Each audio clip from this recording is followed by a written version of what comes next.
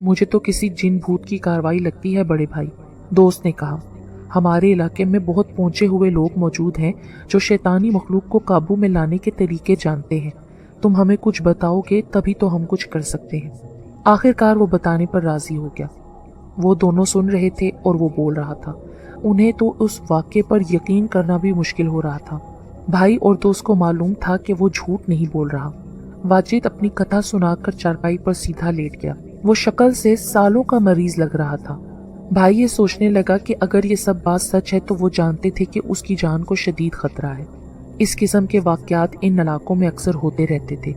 शौकत को भी मालूम था कि चंद अरसा बेशतर उससे मिलता जुलता वाकया किसी दूसरे गांव में भी हुआ था, जहां एक नौजवान को गर्दन की हड्डी तोड़कर कत्ल कर दिया गया था। हालांकि उसका कमरा अंदर से बंद था और उसकी लाश चारपाई पर सीधी पड़ी थी। कुछ देर के बाद दोस्त उठा और भाई को बाहर आने का इशारा किया। फिर दोस्त ने भाई से कहा कि वो अपनी माँ को सारी कहानी बता दे। उसके ख्याल में माँ और बीवी को बाखबर रखना जरूरी था। दूसरी वजह ये थी कि उनके पास हो सकता है उसके तोड़ का कोई हल भी मौजूद हो। वो सहन ही में खड़े बातें कर रहे थे कि उसकी माँ कमरे से बाहर आ गई। आते ही वो बोली, मेरी बात मान लो कि ये जिन्नों की कारस्तानी है। मेरा गबरू जवान 3 दिन में आधा रह गया है। वो कौन सी मुसीबत मारी बीमारी है कि 3 दिन पहले लगी और इसे चाट गई। फिर शौकत ने कुछ देर बाद आने का कहा और चला गया। फिर बेटे ने अपनी माँ को वो सारी कहानी सुनाई। माँ सर पकड़कर बैठ गई। ये वही मुई चड़ेल है जिसके किस्से में बचपन से सुनती थी। वो तो गायब हो गई थी। हमारी बुरी किस्मत के अब दोबारा हमारे ही गले पड़ गई है। वाजिद की बीवी हक्का बक्का बैठी ये सब सुनती रही। माँ का ख्याल फौरी तौर पर खाई गला गांव में बुजुर्ग खातून दयाली की तरफ गया। वो कहने लगी, दयाली के अलावा कोई चारागर नहीं। 80 साला दयाली पूरे इलाके में अपने इल्म, फरासत और परहेजगारी की बदौलत एक बहुत मुतबर्रिक और बाइज्जत हस्ती थी। वो अपने इल्म अमल से काले जादू का तोड़ और मावराई कुव्वतों को अपने काबू में करती थी। दूर दूर से लोग अपने मसाइल और ज़रूरतें लेकर उसके दरवाजे पर दस्तक देते थे। माँ ने अपने बेटे से कहा कि अभी अभी दयाली के पास जाना होगा। मैं भी तुम्हारे हमरा चलूंगी। बहू से कहने लगी, तुम वाजिद का ख्याल रखना, किसी से इस बात का जिक्र ना करना, बल्कि उसके साथ ज्यादा प्यार और मोहब्बत से पेश आना। बेटे ने कहा कि शौकत को भी साथ ले लेते हैं। इस तरह वो तीनों गांव से बाहर निकले। उस वक्त सुबह के 10 बज रहे थे। खाई गला वो पहुंचे तो दोपहर हो चुकी थी। दयाली का घर कौन नहीं जानता था। फिर वो उसके घर में दाखिल हुए। कुछ देर बाद उन्हें बुलवा लिया गया। माँ और वो दोनों एक दरवाजे से नीम तारीक बड़े कमरे में दाखिल हुए। सामने एक उम्र रसीदा माई बैठी थी। वो कहने लगी, अपनी मुश्किल मुख्तसर अल्फाज में मुझे बताओ, ज्यादा तफसील की जरूरत नहीं है। वाजिद के भाई ने मुख्तसरन सारी कहानी दयाली के गोश गुजार कर दी। वो आंखें बंद की और सर झुकाए बैठी तवज्जो से उसकी बात सुनती रही। दयाली ज़ेरे लब कुछ पढ़े भी जा रही थी।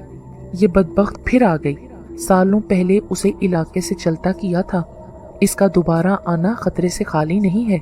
फिर दयाली ने अपने साथ रखे मिट्टी के एक बर्तन से कुछ जड़ी बूटियां निकाली, उन्हें आग के शोलों पर फेंक दिया। शोले कोई फुट बुलंद हुए और फिर आहिस्ता आहिस्ता नीचे आते गए। उसने अपना वादा तोड़ा है। वो बहुत ज्यादा ताकतवर थी। उसे काबू में दोबारा लाना एक मुश्किल काम है। तुम्हारे बेटे की जिंदगी को खतरा लाक है। ये सुनकर तो माँ के मुंह से चीख निकल गई। अल्लाह ने काले जादू और शयातीन के बारे में हमें आगाह कर दिया है।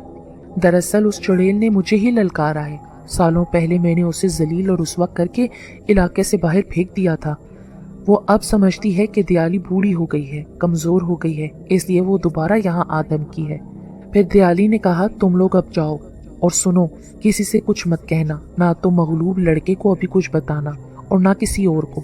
वो आज रात को भी आएगी, ना तुम उसको रोक सकते हो और ना इस वक्त में। रात को मैं अपने इल्म से पता लगाती हूँ कि इसका मकसद क्या है, क्यों आती है वो। कल सुबह तुम लोग सवारी का इंतजाम करके मुझे लेने आ जाना। मैं वहाँ आकर तुम लोगों को सब कुछ बता सकूंगी। मेरा बेटा तो ठीक हो जाएगा ना। नाउमीदी कुफर है। अब की बार उस कमबख्त ने मेरे बुढ़ापे को ढाल बनाया है। मैं कुछ नहीं कह सकती कि वो हारेगी या मैं जीतूंगी। फिर वो तीनों वापस अपने घर को चले आए। वो घर पहुंचे तो शाम उतर रही थी। वो कमरे में दाखिल हुए तो वाजिद बुखार से तप रहा था। पिछले चंद दिनों में उसका खून जैसे निचड़ गया था। जर्द और कमलाया हुआ चेहरा, लागर बदन और आंखों में खौफ। रात वाजिद की बीवी और बेटी माँ के पास सोई थी। वाजिद कमरे में अकेला था। वो रात के तीसरे पहर फिर नमूदार हुई। उसका चेहरा अब भयानक लग रहा था। वाजिद ने उससे कहा, मुझ पर रहम करो कि एक ही बार मेरी जान ले लो, मैं अब इस अजियत में नहीं रह सकता। वो रो पड़ा। चुड़ैल के तेवर तो खराब थे, ये दयाली अपने आप को क्या समझती है। वो और वक्त था जब उसने मुझे जेर किया था, अब मैं उसे फना करके दम लूंगी। फिर वो वाजिद की आंखों में देखते हुए बोली, तुम तो चारा थे, मेरा असल शिकार तो दयाली है। मैंने उससे पुराना हिसाब चुकाना है। उसने मुझे पहले धोखे से जकड़ लिया था, अब मैं उसकी उसे औकात बताऊंगी। इसके बाद उसने फिर वाजिद के साथ घिनौना अमल शुरू किया। अब वो उसे अपने दांतों और नाखूनों से नोच भी रही थी। जाते हुए बोली, दयाली आए तो उसे ये जख्म दिखा देना और उसे बोलना कि अगर तुम्हें निस्तो नाबूद न किया तो मेरा नाम भी। फिर वो हंसती हुई चली गई। सुबह वाजिद के भाई और शौकत ने अपने कुछ दोस्तों को तैयार किया। खाई गला गांव में दयाली को लेने चले गए। दयाली की बंजोसा में आमद ये जाहिर करती थी कि अब की बार मामला गंभीर है। दयाली घर के सामने पहुंची और बोली, मुझे यहीं उतार दो। डोली को जमीन पर रखा गया, उसे इज्जत और एहतराम से उतारा गया। वो घर को देखती रही, फिर नजर उठाकर आसमान की जानिब देखा और बोली, या अल्लाह मेरी मदद कर, मेरा इल्म कुछ नहीं जब तक तेरी नुसरत मेरे साथ ना हो।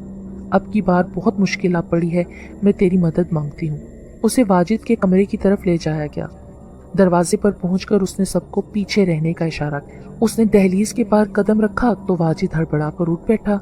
दयाली भी उसकी आंखों में देखे जा रही थी और जेरे लब कुछ पढ़ती जा रही थी। उसने उसकी चारपाई के गिर्द 3 चक्कर काटे और अपना पढ़ना जारी रखा। फिर वो कमरे के हर कोने में गई, कुछ देर पढ़ती रही, बाद में फूंक दिया। उसने इशारा किया और अपने लिए कुर्सी मंगवाई। फिर कुर्सी पर बैठकर तादेर कुछ पढ़ती रही। जैसे जैसे वक्त गुजरता गया, उसका चेहरा सुर्ख से सुर्ख होता गया, आंखें सुर्ख हो गईं, जिस्म कपकपाने लगा, उस पर लर्जा तारी हो रहा था। फिर वो अचानक थम गई। उसने आंखें बंद कर लीं। कमरे के चारों जानिब फूंका तो वाजिद को ऐसा महसूस हुआ कि कमरे में कुछ शीशे की दीवारें थीं जो चिट्टाक से टूट गई हों। एक तनाव छाया था जो फूंकने से नरम गुदास माहौल में तब्दील हो गया हो। फिर उसने अपनी एक पोटली से 4 लोहे की मेखें यानी कीलें निकाली, उन पर दम किया और वाजिद के भाई से बोली, इन्हें कमरे के चारों कोनों में गाड़ दो। कच्ची दीवारें थीं तो हाथ के दबाव से ही वो दीवार में पेवस्त हो गई। फिर उसने पोटली से धागा निकाला और उसके भाई से कहा कि इसे एक कील से दूसरी तक बांधते जाओ। ये अमल पूरा हुआ। फिर उसने कमरे की दीवारों पर अपने दोनों हाथ फेरे। फिर एक तावीज़ निकाला और वाजिद की माँ से कहा, इसे पानी के मटके में डाल दो, सब घर वाले इस मटके का पानी पिएं। ये सब करके वो घर के छोटे से सहन में आई। अपने दाएं हाथ की शहादत वाली उंगली आसमान की जानिब उठाई और कुछ पढ़ने लगी। तकरीबन 10 मिनट वो कुछ पढ़ती रही। फिर सब घर वालों को सामने खड़ा किया और बारी बारी सब पर फूंका। वो बदबख्त अब इस कमरे में दाखिल नहीं हो सकेगी, मगर वो आसानी से पीछे हटने वाली नहीं है। मैं यहाँ से जा रही हूँ। 4-5 दिन में सवाबी से यूसुफ यहाँ आएगा। उसे पैगाम मिल चुका है। इन दिनों वो किसी ज़रूरी काम में फंसा हुआ है। वो या तो अपनी जान दे देगा या फिर इसकी जान ले जाएगा। वो मेरा शागिर्द है और शयातीन को अपनी उंगलियों पर नचाता है। घर वाले इत्मीनान से रहें, वो किसी को नुकसान नहीं पहुंचा सकती, बाकी सब अल्लाह मुहाफिज है। वो ये कहकर जोर जोर से कलमा पढ़ती घर से बाहर निकल गई। रात आई और साथ ही खौफ और इत्मीनान दोनों कैफियतें लेकर आई। खौफ चुड़ैल के आने का और इत्मीनान दयाली के दम और दरूद का जो वो आज करके गई थी। कमरे में लालटेन रोशन थी, फिजा में मुकम्मल खामोशी थी। फिर अचानक गीदड़ के चिल्लाने और कुत्तों के भौंकने की आवाजें चारों जानिब से आना शुरू हो गई। फिर एक दिलखराश चीख सहन में बुलंद हुई। चीख इतनी बुलंद थी कि घर के मकीनों के कानों के पर्दे फटने लगे। वाजिद चारपाई पर परेशान बैठा था। वो टिकटिकी बांधे कमरे की छत को घूर रहा था। उसकी माँ, बीवी और भाई सामने फर्श पर सहमे सहमे से बैठे थे। दयाली उनसे कह गई थी कि वो तुम लोगों को डरा सकती है मगर नुकसान नहीं पहुंचा सकती। उसने सख्ती से ताकीद की थी कि वाजिद किसी भी हालत में अपने कमरे से बाहर कदम ना रखे। घर की छत टीन की थी। कुछ देर बाद छत पर पत्थर बरसना शुरू हो गए। टीन की छत से पत्थर टकराते तो एक शोर उठता, फिर पत्थर बरसना बंद हो गए। हवा रुक गई, सकूत छा गया। फिर किसी की सिसकियों की आवाज सहन से आने लगी, रोने की आवाज, कभी मध्यम हो जाती, कभी बढ़ जाती। सब ने आयतल कुर्सी और दुरूद शरीफ पढ़ना शुरू कर दिया। यह सिलसिला रात भर जारी रहा। जब फजर की अजान मस्जिद से आई तो सब कुछ थम गया। उन्हें ऐसा लगा कि एक ह्यूला सा सहन से उठा और आसमान की जानिब उड़ गया। नमाज पढ़ने के बाद कहीं जाकर वो सारे सोए। अगले दिन वो सहमे हुए उठे। सहन में पत्थर बिखरे पड़े थे। उन्होंने उन्हें मिलकर समेटा और फिर उसका भाई उन्हें बाहर फेंक आया। रात आई, फिर वही हंगामा शुरू हो गया जो पिछली रात हुआ था। तीसरी रात सुकून से गुजरी। वो दोपहर में धूप सेक रहे थे। वाजिद अपने कमरे में सोया हुआ था। भाई बाहर कहीं गया हुआ था। माँ ने सहन में चूल्हा बनाकर हंडिया चढ़ा रखी थी। माँ चारपाई से उठी और कमरे की जानिब जाते हुए बहू से बोली कि तुम हंडिया देख लो, मैं कमरे से मैले कपड़े निकाल लाती हूँ। आज धूप है, कपड़े धो लेते हैं, शाम तक सूख जाएंगे। बहू पीठ किए हंडिया देख रही थी। बहू बोलने लगी, रात को चैन की नींद भी न सो सकूं और घर के काम है कि खत्म होने को नहीं आते। बहू का लहजा बहुत भड़का हुआ था। सास कहने लगी, तू तो है ही बदजात, घर में मुसीबत पड़ी है और तुझे अपने आराम की पड़ी है। मुसीबत में तो तुम्हारा बेटा लाया है ना, उस चुड़ैल को भी नहीं बख्शा। मालूम नहीं कहाँ कहाँ अपना मुंह काला करता रहा है और सजा हम माँ बेटी को मिली है। अच्छा है उसी के साथ कहीं भाग जाए ताकि मेरी तो जान छूटे। ये सुनकर माँ का पारा चढ़ गया। वो लपक कर उसके पास पहुंची और उसके पीछे जाकर उसे कंधे से पकड़ा और अपनी तरफ घुमाया तो माँ की तो चीख निकल गई। भयानक चेहरा, लंबे दांत, खूंखार आंखें। ये देखकर माँ पीछे की जानिब भागी। वो वही चुड़ैल थी। बहू का रूप बदल कर बैठी थी। माँ की चीख सुनकर वाजिद की बीवी गुसलखाने से बाहर आई। चुड़ैल को देखा तो वो भी जोर जोर से चीखने लगी। वाजिद बिस्तर से उठकर कमरे के दरवाजे तक आया और जब चुड़ैल को असल रूप में देखा तो वहीं दहलीज पर रुक गया। अब बाहर माँ और बीवी दोनों चिल्ला रही थीं और वो चुड़ैल कहके लगाती दीवार पर चढ़ी और पार कूद गई। सास और बहू दोनों रोई जा रही थीं। वाजिद की बीवी भागकर उठी और अपनी बेटी को उठा लाई। इतने में बाहर दरवाजा किसी ने खटखटाया। वाजिद ने माँ से कहा, दरवाजे पर जाकर देखो कौन आया है। माँ कांपती हुई सिसकियां लेती हुई दरवाजे पर पूछा, कौन है? मैं जाहिद यूसुफ हूँ, मुझे दयाली ने भेजा है। माँ की जान में जान आई। दरवाजा खोला तो सामने एक 45 बरस तक की करीब का कोई शख्स खड़ा था। दाढ़ी के बालों में सफेदी झलक रही थी। माँ ने सलाम किया और जाहिद यूसुफ को अंदर ले आई। इतने में वाजिद अपने कमरे की दहलीज पर आया और उससे हाथ मिलाने के लिए कदम आगे बढ़ाने ही लगा था कि यूसुफ ने दायां हाथ उठाकर उसे वहीं रोक दिया। वहीं ठहर जाओ। फिर वो वाजिद के कमरे में दाखिल हुआ। चारों तरफ फेरकर उसने जायजा लिया। इतने में वाजिद का भाई और शौकत भी आ गए। उन्होंने सलाम किया। वो ज़ेरे लब कुछ पढ़ रहा था। पढ़ते पढ़ते वो वाजिद के रूबरू आया। अपना दायां हाथ उसके सर के पीछे लेके और अचानक उसके बालों को जकड़ लिया। फिर उसने वाजिद के चेहरे पर फूंक मारी और बाल छोड़ दिए। चलता हुआ सहन में आया, रात को मैं तुम्हारा जो नीचे गांव वाला घर है ना, उसमें रात में अकेली गुजारूंगा।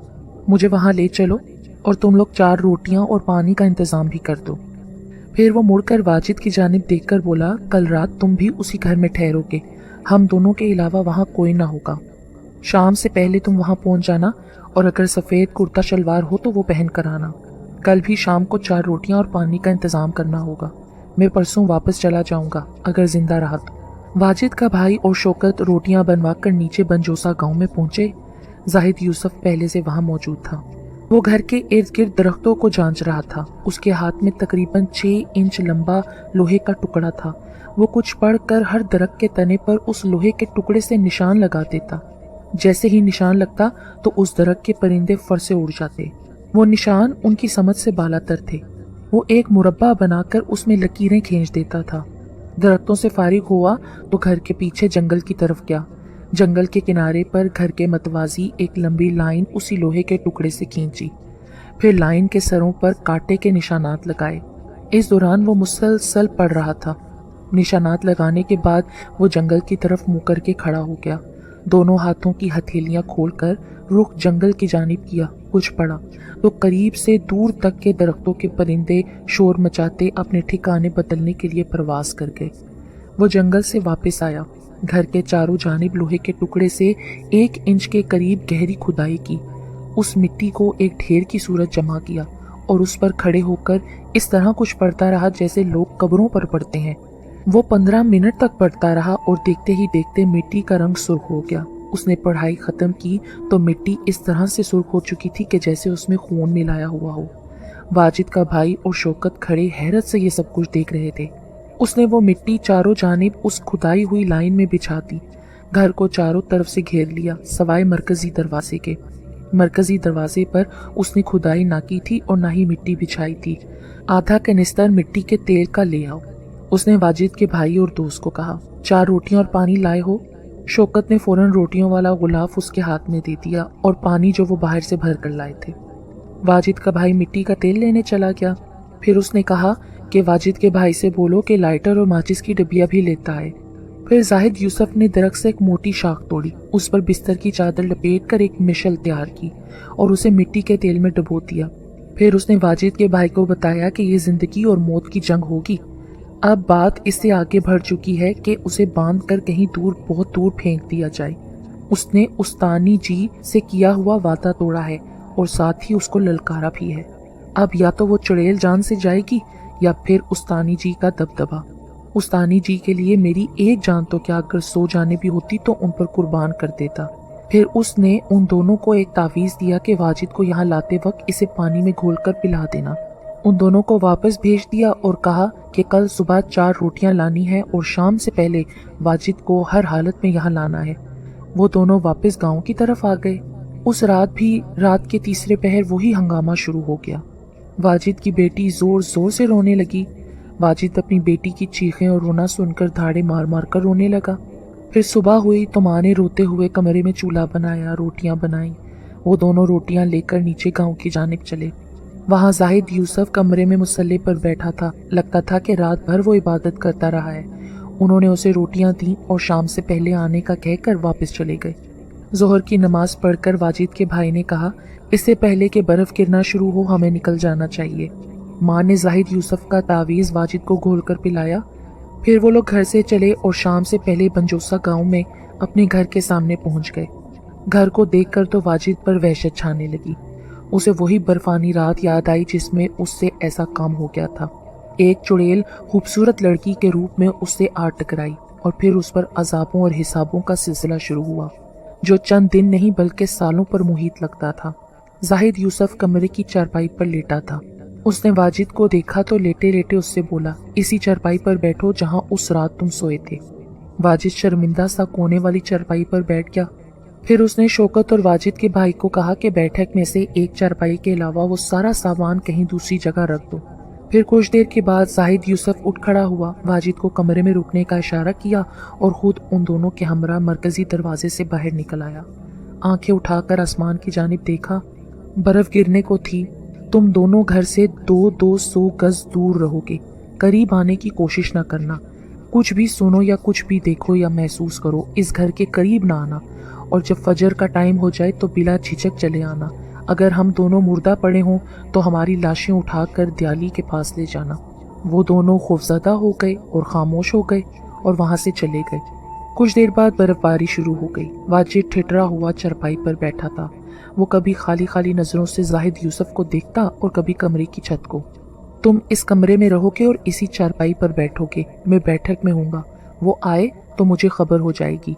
तुमने चारपाई से नीचे नहीं उतरना। जब मैं कमरे में दाखिल हूँ तो उसकी तवज्जो मेरी जानिब हो जाएगी और उसी दौरान तुम फौरन इन ट्रंकों के पीछे छुप जाना। वो आएगी तो उसे बैठक में मेरी मौजूदगी का पता नहीं चलेगा और जितनी भी उसकी चीखों पुकार हो तुमने मुंह से आवाज तक नहीं निकालनी। ये सब हदायत देने के बाद उसने जायनमाज बिछाई, शाम के फर्ज अदा करने लगा। फिर जाहिद यूसुफ बैठक में चला गया और उसने कहा कि दरवाजे के पट भेड़ देना मगर कुंडी नहीं लगानी है। चुड़ैल के आने से पहले मैं उसकी बू सूंघ लूंगा। तुम उसको बातों में लगाना जब तक कि मैं कमरे में दाखिल नहीं हो जाता। फिर वो चला गया। कमरे में मुकम्मल खामोशी थी। फिर एक हवा का तेज झोंका घर के मरकजी दरवाजे से अंदर दाखिल हुआ। जाहिद यूसुफ चारपाई से उठ बैठा। उसने लम्स महसूस कर लिया था। फिर वो अचानक वाजिद के सामने आ खड़ी हुई। उसके चेहरे के नकूश भयानक थे और मुस्कुराहट थी। ये वो ना थी जो उसे पहली रात मिली थी, ये वो थी जो उसे कभी ना मिली थी। वो हड़बड़ाकर उठ बैठा। वो बिल्कुल नंग धड़ंग थी, कोयले जैसा काला जिस्म, लंबी और पतली काली गर्दन, कलाइयों तक बाजू छोटे और हाथ बाजुओं से भी लंबे और बड़े, नाखून बड़े बड़े जो आगे से नोकदार, पतले बदसूरत पाँव पीछे की जानिब मुड़े हुए। आहिस्ता आहिस्ता उसके चेहरे के नकूश और ज्यादा भयानक हो गए। नाक उसकी लटक कर मुंह के नीचे आ गई, दांत लंबे और ठोड़ी के नीचे तक लंबे हो गए। कबूतर के अंडे जितनी गोल आंखें दहकती थीं, बाल बिखरे थे और कमर तक झूल रहे थे। उसे देखकर वाजिद का सर चकराने लगा। धोखेबाज, तुम भी औरों की तरह बेवफा निकले। वो क्या समझता है कि मुझे उसकी खबर ना होगी? वो चलाक दियाली का बुज़दिल चेला, मैं उससे पहले निपटूंगी ताकि तू मेरा ये रूप भी देख ले और फिर तुम्हें टुकड़े टुकड़े करके खाऊंगी। फिर उसने एक करख्त कहका लगाया जिसे सुनकर वाजिद बेहोश हो गया। वो चारपाई पर पड़ा था। चुड़ैल ने मालूम नहीं उसके साथ क्या किया कि वो जाग गया। इधर उधर देखने लगा, फिर जब चुड़ैल को देखा तो फिर से लरजने लगा। दियाली का बुज़दिल चेला समझता है कि मैं उसकी मौजूदगी को भांप नहीं सकूंगी। कम ज़र्फ है दियाली और उसका चेला। मैं तेरे सामने उसका हशर करूंगी और फिर तेरा। कहाँ है तू बुज़दिल, दियाली के मक्कार चेले? आज तेरी और दियाली की मौत मेरे हाथों ऐसी भयानक होगी कि पूरे इलाके में फिर कोई सर उठाने की जुर्रत नहीं कर सकेगा। जाहिद यूसुफ दरवाजे के बीच में खड़ा, हाथ सीने पर बांधे, बगैर पलके चिपकाए, शदीद नफरत से उसे देख रहा था। उसने सर से टोपी उतार दी थी। चुड़ैल ने उसे देखा और अपने पांव जमीन पर लगाए। दोनों एक दूसरे को आंखों में आंखें डाले देख रहे थे। वाजिद ट्रंकों के पीछे से ये सब कुछ देख रहा था। बहुत बुरा किया है तूने वापस आकर। दियाली ने मुझे तेरे बारे में पहले ही सब कुछ बता दिया था। इससे पहले मैं तेरी तलाश में आता। अच्छा किया तूने जो खुद मौत के मुंह में चली आई। तूने दियाली को दिया हुआ वादा तोड़ा है और सजा की हकदार है जो तुझे मिलकर रहेगी। मेरे हाथों 50 साल पहले इलाके का एक किसान मारा गया था। दियाली को मैंने कई वजाहतें दी कि ये सब गलती से हुआ, मगर उसने मुझे माफ न किया। मैं उससे बात करने गई थी और उसने अपने मोकलों से मुझे धोखे में बांध दिया ताकि मुझे कहीं दूर दराज के इलाके में छोड़ आए। मुझे अपने अमल से सालों वहीं कैद रखा। फिर किसी ने मेरी मदद की और मुझे कैद से निजात दिलवाई। मैं भटकती रही। मेरा सीना अब भी दियाली की नफरत से जल रहा है। मैं तो समझती थी कि वो बूढ़ी हो गई होगी, मगर उसने अपने इर्द गिर्द हिसार बांध रखे हैं। तुझे मार कर मैं वो हिसार तोड़ डालूंगी। फिर उस खबीज बुढ़िया की मौत मेरे हाथों होगी। अपनी जुबान को लगाम दे, वो किसी के साथ ज्यादती नहीं करती। तुझको इंसानों में आने की इजाजत क्या मिली कि तू इन्हें सताने लगी?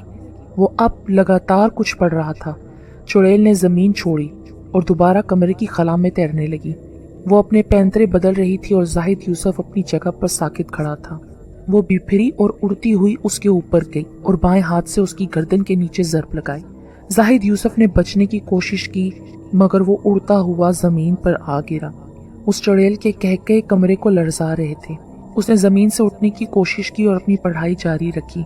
फिर उस चुड़ैल ने उड़ते हुए एक लंबी चीख के साथ उसकी टांग को पकड़कर उसे घुमा दिया और दीवार पर दे मारा। वाजिद समझा कि अब वो नहीं उठेगा। जाहिद यूसुफ का चेहरा खूनो खून था। उसने पर अपना विरद जारी रखा। मेरा अगला वार आखिरी होगा और साथ ही तेरी लाश उठाने से पहले दियाली अपने अंजाम तक पहुंच चुकी होगी। वो बमुश्किल उठा, साथ साथ अपना विरद जारी रखा। वो चुड़ैल हवा में बुलंद होकर गुर्राने लगी। ये मेरा आखिरी वार है, ये कहते हुए जैसे ही चुड़ैल ने ज़रब लगाने के लिए अपनी दाईं टांग बिजली की मानिंद घुमाई, उसी लम्हे जाहिद यूसुफ ने उसके पाँव को जकड़कर उसे घुमाया और दरवाजे के ऊपर दीवार पर उसे दे मारा। उसकी एक चीख बुलंद हुई। वो टकराकर जमीन पर आ गिरी, नंगी और गंदी गालियां देते हुए उठी। लेकिन जाहिद यूसुफ सरत से उसके करीब पहुंचा और पूरी कुव्वत से हाथ को उल्टा घुमाकर उसके मुंह पर उसने ज़रब लगाई। वो चीखें मारती हुई लकड़ी के शेल्फ से जा टकराई। जाहिद यूसुफ जोर जोर से विरद करता आगे बढ़ा और उसे दोनों हाथों से उठाकर सर के ऊपर बुलंद किया और पूरी ताकत से उसे सामने वाली दीवार पर पटक दिया। एक भयानक और खौफनाक चीख बुलंद हुई। वो लम्हे भर के लिए दीवार से लगकर नीचे जमीन पर आ गिरी। वो चिल्ला रही थी और उसकी कराहें बुलंद हो रही थी। जाहिद यूसुफ फिर उसकी जानिब लपका और अपने सीधे हाथ से उसकी पतली और काली गर्दन जकड़ ली। फिर उसे घसीटता हुआ दीवार से जा लगाया। जाहिद का चेहरा खौफनाक हो चुका था। ये वो जाहिद यूसुफ ना था जो वाजिद को इशा की नमाज पढ़ता नजर आया था। अब उसकी आंखें चीते की तरह चमक रही थीं। आंखों में गुस्सा था। उसने चुड़ैल को गर्दन से पकड़कर अपने हाथ से उठाया और भरपूर कुव्वत से अल्लाहू अकबर कहता हुआ उसे आतिशदान के करीब जमीन पर पटक दिया। एक दिल खराश चीख चुड़ैल के हलक से बरामद हुई। وہ اٹھنے کی کوشش کر رہی تھی کہ زاہد یوسف بجلی کسی تیزی سے لپکا اور ٹین کے کنستر سے مشعل نکال کر اس کے سامنے کھڑا ہو گیا۔ پھر اس نے لائٹر نکالا، ہلکے سے شعلے سے وہ مشعل بھڑک اٹھی اور اب اس کے ہاتھ میں مشعل بلند تھی اور دائیں ہاتھ میں لوہے کا وہی چوکور ٹکڑا تھا۔ زاہد یوسف کے خون آلود چہرے پر زہریلی مسکراہٹ تھی، دونوں ہاتھ اس کے کندھوں سے بلند تھے۔ مشعل جل رہی تھی اور سرخ روشنی پورے کمرے میں پھیلی ہوئی تھی۔ چڑیل آتش دان کے قریب کرا رہی تھی، آگ دیکھ کر اسے اپنی موت نظر آ رہی تھی۔ اب بتا، دیالی کے بارے میں کیا کہہ رہی تھی؟ دیکھ مجھے، دیالی کے ایک حقیر مرید کو جو اب تیری موت بنا کھڑا ہے۔ زاہد کے تیور اور لہجہ بہت زیادہ بھیانک ہو گیا تھا۔ وہ اپنی عجیب و غریب بھاری آواز میں چڑیل سے کہنے لگا، تیرے انجام سے تیرے جیسے شیطانی قوتیں دیالی کے علاقے سے میلوں دور رہیں گی۔ وہ چنگھاڑتی رہی، چیختی رہی، پھنکارتی رہی، پھر رونے لگی۔ اس کے حلق سے ایسی آوازیں نکل رہی تھی جیسے اسے زندہ ذبح کیا جا رہا ہو۔ وہ روتے ہوئے زاہد یوسف سے رحم کی بھیک مانگنے لگی۔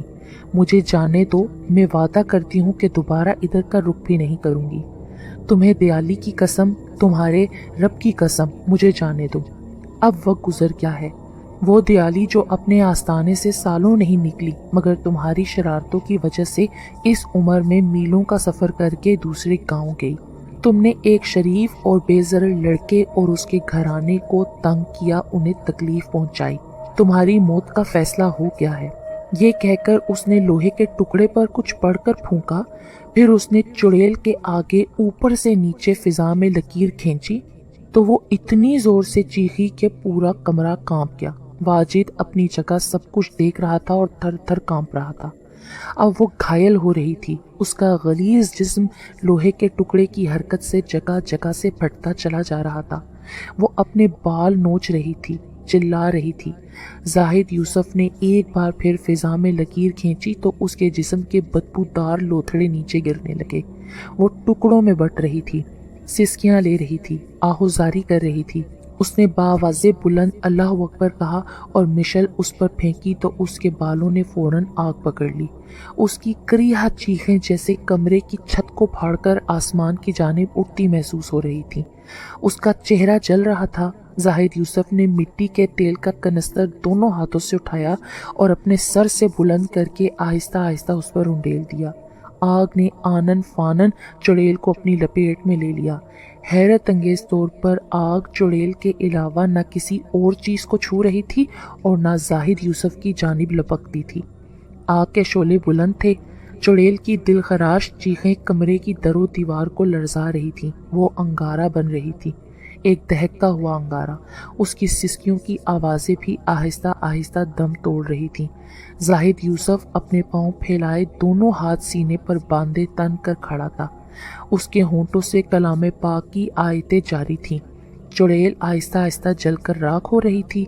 وہ لگاتار پڑتا جا رہا تھا۔ پھر اس نے کمرے کا دروازہ کھول دیا، واپس آیا تو وہ راکھ آہستہ آہستہ زمین سے بلند ہوئی اور اڑتی ہوئی ایک جھونکے کی طرح باہر نکل گئی اور کمرے کا فرش بالکل صاف ہو گیا۔